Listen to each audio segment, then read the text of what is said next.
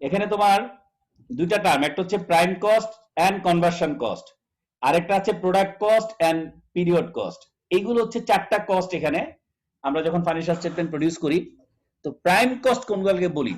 দেখো লেখা আছে prime cost is the sum of direct material cost and direct labour cost. তার মানে ডাইরেক্ট যে কস্ট গুলো আছে সেগুলোর সামেশনকে আমরা বলি প্রাইম কস্ট। তাহলে কনভার্সন কস্টটা কি?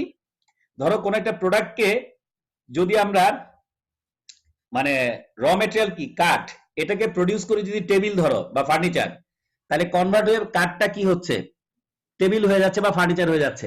তাহলে র মেটেরিয়াল ছিল কি কাঠ, তাহলে একটা র মেটেরিয়ালকে ফিনিশ গুডসে কনভার্ট করতে যে কস্টটা লাগে সেই কস্টটাকে বলা হয় কনভার্সন কস্ট। তাহলে প্রাইম কস্ট এবং কনভার্সন কস্ট এই দুইটার সামেশনকে আমরা বলি নরমালি প্রোডাক্ট কস্ট। তাহলে দেখো এখানে আছে direct material ৬৯,০০০ pound, direct labour আছে ৩৫,০০০ পাউন্ড। তাহলে আমি যদি প্রাইম কস্ট বলি তাহলে ডাইরেক্ট ম্যাটেরিয়াল আর ডাইরেক্ট লেবার এই দুটাকে যোগ করলে বলা হয় প্রাইম কস্ট। তাহলে ৬৯,০০০ আর ৩৫,০০০ যোগ করলে যে কস্ট সেই কস্টটাকে বলা হচ্ছে প্রাইম কস্ট। আর প্রোডাক্ট কস্ট কোনটা? একটা প্রোডাক্ট প্রডিউস করতে কি লাগে? ম্যাটেরিয়াল লাগে, লেবার লাগে, ওভারহেড লাগে। তাহলে ডাইরেক্ট ম্যাটেরিয়াল, ডাইরেক্ট লেবার এবং ম্যানুফ্যাকচারিং ওভারহেড এই তিনটার যোগফলকে একসাথে বলা হয় প্রোডাক্ট কস্ট। এখন যদি তোমাকে প্রশ্ন করা হয় তাহলে কনভার্সন কস্ট কত এখানে বলো তো?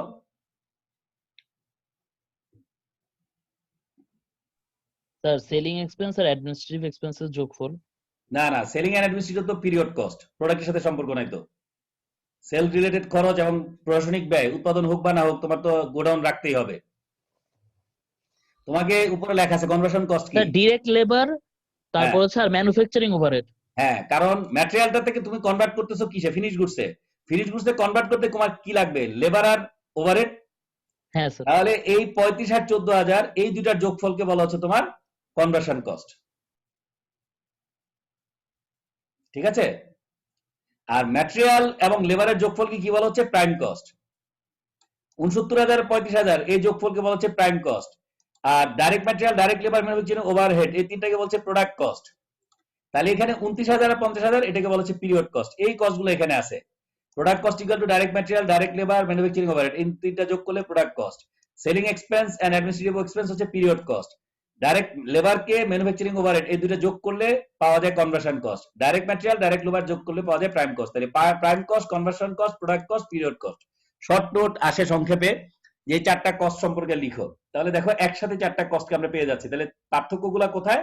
একটা প্রোডাক্টকে প্রডিউস করতে গেলে মুখ্য যে উপাদানগুলো লাগে তার সামেশনকে বলছি আমরা প্রাইম কস্ট। ডাইরেক্ট ম্যাটেরিয়াল এবং ডাইরেক্ট লেবার ছাড়া কোনো প্রোডাক্টের স্ট্রাকচারই দাঁড় করানো যায় না। এখন এই ম্যাটেরিয়াল এবং লেবারকে তার সাথে যদি ম্যানুফ্যাকচারিং ওভারহেড দেই তখন আমরা একটা টোটাল প্রোডাক্ট পাই। আর ম্যাটেরিয়ালকে কনভার্ট করছি তাহলে কি দিয়ে? লেবার দিয়ে আর ওভারহেড দিয়ে। তাই লেবার এন্ড ওভারহেডের যোগফলকে আমরা বলছি কনভার্সন। তাহলে product cost, prime cost, period cost, conversion cost, চারটা কি ক্লিয়ার?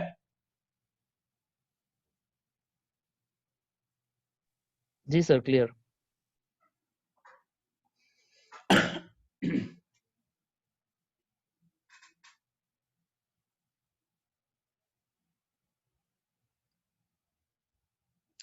এই যে দুইটা কস্ট কার্ভ দেখতে পাচ্ছ, এই যে এখানে একটা লম্বা লাইন, এই লাইনটাকে বলা হচ্ছে ফিক্সড কস্ট। আর এই যে একটা লাইন জিরো থেকে উপরের দিকে আপওয়ার্ড, এটা হচ্ছে ভেরিয়েবল কস্ট। তাহলে এই যে এখানে তোমাদের কিন্তু committed fixed cost, discretionary fixed cost এই ধরনের কথা কিন্তু আছে একটু আগে যেগুলো আলোচনা করলাম। এখন এই যে তুমি কস্টের ডিসকাশন গুলো দেখছো, এগুলো থেকে তোমার এই দুইটার কম্বিনেশনকে বলা হয় মিক্সড কস্ট, যার মধ্যে বোথ ফিক্সড এন্ড ভেরিয়েবল দুইটা এলিমেন্টই আছে। ফিক্সড এন্ড ভেরিয়েবল দুইটা এলিমেন্ট সহ যে কস্ট সেটার কম্বিনেশনকে বলছি আমরা মিক্সড কস্ট। এখন পরীক্ষায় অনেক সময় প্রশ্ন আসে, মিক্সড কস্ট দেওয়া থাকে, এখান থেকে তোমাকে ফিক্স বের করতে বলে কতটুকু ফিক্সড কতটুকু ভেরিয়েবল। তো এখানে অনেকগুলো মেথড আছে, আমরা এখানে খুব সহজ যে মেথডটা সেটা নিয়ে আলোচনা করব, হাই লো পয়েন্ট মেথড। যদিও আরো অনেক মেথড আছে, লিস্ট স্কয়ার মেথড আছে, রিগ্রেশন অ্যানালাইসিস আছে, স্ক্যাটার গ্রাফ আছে, ইঞ্জিনিয়ারিং অ্যানালাইসিস আছে, অ্যাকাউন্ট অ্যানালাইসিস আছে, বহু ধরনের অ্যানালাইসিস আছে। এগুলো আসলে আমরা এত ডিটেইল জানার দরকার নাই, আমরা সিম্পল একটা সহজ জানবো, হাই লো পয়েন্ট মেথড। হ্যাঁ, তাহলে এখানে তো কস্ট ফাংশনটা হচ্ছে y = a + bx। তোমরা এই ধরনের ফাংশন বা ফর্মুলা বিভিন্ন জায়গায় তোমরা পড়েছো তাই না? জি স্যার। y কে আমরা বলছি এখানে টোটাল মিক্স কস্ট বা টোটাল কস্ট, যেটা a হচ্ছে ফিক্সড কস্ট, আর বি হচ্ছে variable cost per unit, x হচ্ছে লেভেল অফ অ্যাক্টিভিটি। এখন এই যে y equal to 25,000 plus 3x 3.00x, এটাকে আমরা বলছি কস্ট ফাংশন, এটাকে বলা হচ্ছে কস্ট ফর্মুলা। y এখানে হচ্ছে ফিক্সড কস্ট 25,000, y হচ্ছে এখানে টোটাল কস্ট বা মিক্সড কস্ট, 25,000 হচ্ছে এখানে ফিক্সড কস্ট, আর এটা ভেরিয়েবল 3 হচ্ছে তোমার ভেরিয়েবল কস্ট পার ইউনিট, আর x হচ্ছে অ্যাক্টিভিটি লেভেল। তাহলে এটা হচ্ছে কস্ট ফাংশন বা ফর্মুলা। এখন এখান থেকে তুমি যদি কস্ট গুলোকে সেপারেট করতে চাও, অনেকগুলো মেথড আছে। এই যে এখানে যেমন diagnosis the cost behaviour with a scatter graph plot, এখানে গ্রাফিক্যালি পয়েন্ট গুলোকে প্লট করে একটা লাইন ড্র করাকে বলা হয় স্ক্যাটার গ্রাফ। ওটা আসলে দরকার নাই, এখানে যে দেখো যে বিভিন্ন জায়গায় পয়েন্ট আউট করে এই লাইনটাকে দেখাচ্ছে স্ক্যাটার গ্রাফ, তাহলে মানে খুব ইজিলি ট্রেস করা যায় কোন রেঞ্জের মধ্যে এই কস্টটা আছে। ওগুলো দরকার নাই, যেটা হাইলো পয়েন্ট মেথড সেটা বলছি। হাইলো পয়েন্ট মেথডের ফর্মুলাটা হচ্ছে যে changes in cost divided by changes in activity. তার মানে তোমাকে cost at the high level of activity minus cost at the low level of activity divided by high activity level low activity level, এতে তুমি যেটা পাবা সেটা পাবে variable cost. তো ভেরিয়েবল কস্টটা যদি পেয়ে যাও, এখানে এই যে ভেরিয়েবল কস্ট বলতে এখানে বি, ভেরিয়েবল কস্ট হচ্ছে এখানে ফাংশনের মধ্যে হচ্ছে বি, এই ভেরিয়েবল কস্ট যদি তুমি পেয়ে যাও, এক্স হচ্ছে নাম্বার অফ অবজারভেশন, এটা দিয়ে যদি তুমি এটাকে করো আর এখানে যদি টোটাল কস্টটা বসাও, তাহলে অটোমেটিক্যালি তুমি তোমার ফিক্সড কস্ট কত বের হয়ে আসবে। তো এই জিনিসটাকে এখানে হাইলো পয়েন্ট মেথডে যদি আমরা করি, খেয়াল করে দেখো এখানে যে কস্ট গুলো ছিল, এখানে সবচেয়ে হাই কস্ট কত আছে দেখো তো কোন মাসে? স্যার জুন মাসে। জুন মাসে। জুন মাসে কত সেটা? 9,800। আর অ্যাক্টিভিটি 9,800। কত? 8,000। মানে 8,000 অ্যাক্টিভিটির কস্ট হচ্ছে 9,800, তাই না? এটা হচ্ছে হাই। লো কত? লো কস্ট হচ্ছে স্যার 7,400 মার্চ মাসে। মার্চ মাসে। তাহলে 7,400 হচ্ছে লো কস্ট। তাহলে 9,800 মাইনাস 7,400, এটা দিয়ে ভাগ দিলে তুমি কস্টের ডিফারেন্সটা পেয়ে যাবে না? আর 8,000 থেকে 5,000 মাইনাস দিলে তুমি অ্যাক্টিভিটি ডিফারেন্সটা পেয়ে যাবে না? এই জি জিনিসটা স্যার। এখানে করেছে দেখো, এই 9,800 থেকে 7,400 মাইনাস করে পেয়েছে 2,400, এটা হচ্ছে তোমার গ্যাপ। 8,000 থেকে 5,000 3,000, তাহলে তুমি ডিভাইড করলে 2,000 কে 3,000 পেশেন্ট দিয়ে 80 পয়সা করে পার পেশেন্ট ডে, এই 80 পয়সা হচ্ছে ভেরিয়েবল কস্ট পার ইউনিট। এখন এই 80 পয়সাকে তুমি যদি ওই ফর্মুলায় প্লট করো, টোটাল কস্ট ছিল 9,800 জুন মাসে, 80 পয়সা পার পেশেন্ট, অ্যাক্টিভিটি ছিল 8,000, তাহলে 80,000 কে 8,000 দ্বারা মাল্টিপল করে 3,400, তাহলে ফর্মুলাটা দাঁড়ায় y ইকুয়াল টু 3,400, এটা হচ্ছে ফিক্সড কস্ট, আর 0.8x হচ্ছে ভেরিয়েবল কস্ট। এই হচ্ছে কস্ট ফাংশনটা। তাহলে আমরা কিন্তু ইজিলি জেনে গেলাম এখানে ভেরিয়েবল কস্ট কত, ফিক্সড কস্ট কত এবং মিক্স কস্ট কত। আমাকে মিক্স কস্ট দেওয়া থাকবে, পরীক্ষার প্রশ্নে আসবে, এখান থেকে সেপারেট করতে কতটুকু কস্ট ভেরিয়েবল, কতটুকু কস্ট ফিক্সড।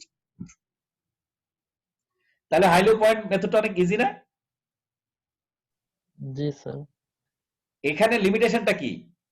লিমিটেশনটা হচ্ছে আমরা এখানে এক্সট্রিম দুইটা ভ্যালু নিয়ে কাজ করতেছি, হাই কস্ট এবং লো কস্ট, তাই না?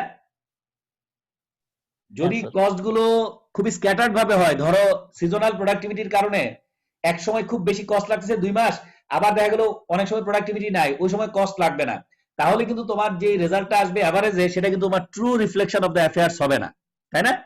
খুবই স্ক্যাটার্ড থাকবে, ডেভিয়েশনটা অনেক হাই থাকবে, হাই এবং লো এর মধ্যে। তাই হাই লো মেথড ইজি হলেও এটা আমার true reflection of the whole situation দেয় না। ট্রু রিফ্লেকশনটা আমাদের হোল আসে কিসে? সেটা আসে হচ্ছে আমাদের এই যে রিগ্রেশন অ্যানালাইসিস। রিগ্রেশন অ্যানালাইসিসের জন্য স্ট্যাটিস্টিক্যালি ইচ এন্ড এভরি ভ্যালুকে আমরা যোগ বিয়োগ করে করি, এটা একটু কমপ্লিকেটেড, মানে এটা নরমালি আসলে করতে গেলে তোমার সফটওয়্যার দিয়ে করলে ভালো, দ্যাটস ওয়াই আমরা এখানে করি না। তাহলে আমরা এখান থেকে এই চ্যাপ্টার থেকে যা জানলাম বা এই চ্যাপ্টারের যা আমাদের লার্নিং অবজেক্টিভ, সেটা হচ্ছে কস্ট ক্লাসিফিকেশন, কস্টের টাইপস, ফাইন্যান্সিয়াল স্টেটমেন্টে আমরা কি কি ধরনের কস্ট দেখি সেগুলো, এবং পাশাপাশি আমরা যদি মিক্স কস্ট থাকে সেখান থেকে হাইলো পয়েন্ট মেথড অ্যাপ্লাই করে কিভাবে আমরা কতটুকু ফিক্স কতটুকু ভেরিয়েবল আমরা কিভাবে বের করি, এই রিলেটেড প্রবলেম গুলো এখানে আছে। আচ্ছা, এর আগে এখানে দেখো একটা প্রবলেম এবং সলিউশন দেওয়া আছে। এখানে অনেকগুলো কস্ট আছে, সেই কস্টের নেচার থেকে তোমাকে বের করতে হবে এটা কি কস্টের মধ্যে পড়ে। যেহেতু আমরা অনেক ধরনের কস্ট পড়েছি, variable cost, fixed cost, period cost, material, labour, overhead, sunk cost, opportunity cost, অনেক ধরনের কস্ট আমরা পড়েছি। যেমন ধরো the table are made of wood that cost 100 per table, এটা তার মানে কি? পার টেবিল মানে ভ্যারি করতেছে, তাহলে এই কস্ট হচ্ছে একটা ভেরিয়েবল কস্ট। নাম্বার 1 হচ্ছে ভেরিয়েবল কস্ট। আবার the table are assembled by worker at a wage cost 40 per table, এটা কিন্তু ভেরিয়েবল কস্ট। 2 নাম্বার কস্ট কিন্তু ভ্যারিয়েবল কস্ট। 3 নাম্বার কি, worker assembling the table are supervised by a factory supervisor who is paid 38,000 টাকা পার ইয়ার, মানে উনি supervise করুক বা না করুক ইয়ারলি তাকে 38,000 টাকা দেওয়া হবে। এই 38,000 কস্ট হচ্ছে কিন্তু একটা ফিক্সড কস্ট, এটা হচ্ছে একটা ফিক্সড কস্ট। এইভাবে প্রত্যেকটা কস্টকে এখানে কোনটা কোন কস্ট এবং কোন ক্যাটাগরিতে পড়ে সেটা প্রবলেম এন্ড সলিউশন দেওয়া আছে, এটা দেখবা। এখানে এই যে ওই অ্যাক্টিভিটিস গুলো দেওয়া আছে, কস্ট দেওয়া আছে, তোমাকে এখানে কস্ট ফর্মুলা বাইর করতে বলছে, কস্ট এস্টিমেট করতে বলছে হাই লো পয়েন্ট মেথডে।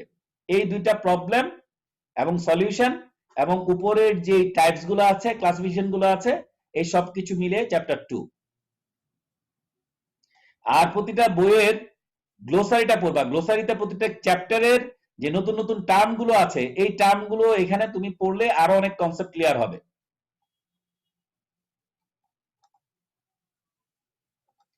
ঠিক আছে? জি স্যার।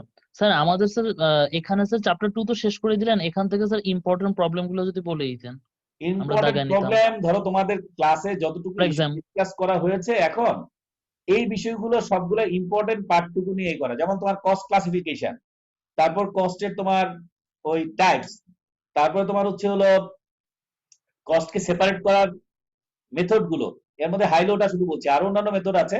থিওরিটিক্যালি তুমি অনেকগুলো জানবা, বাট প্র্যাকটিক্যালি আর ম্যাথমেটিক্যালি ইজি যেহেতু হাই লো পয়েন্ট মেথড, তাই হাই লো পয়েন্ট মেথডটা তোমরা দেখবা।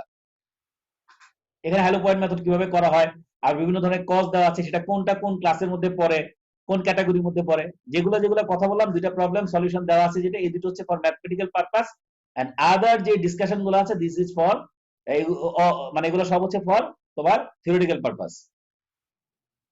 আমি কি বুঝাতে পারছি বিষয়টা? জি স্যার। জি স্যার। হ্যাঁ, ওকে, তাহলে এতটুকুই আজকে। আসসালামু আলাইকুম স্যার। আচ্ছা। স্যার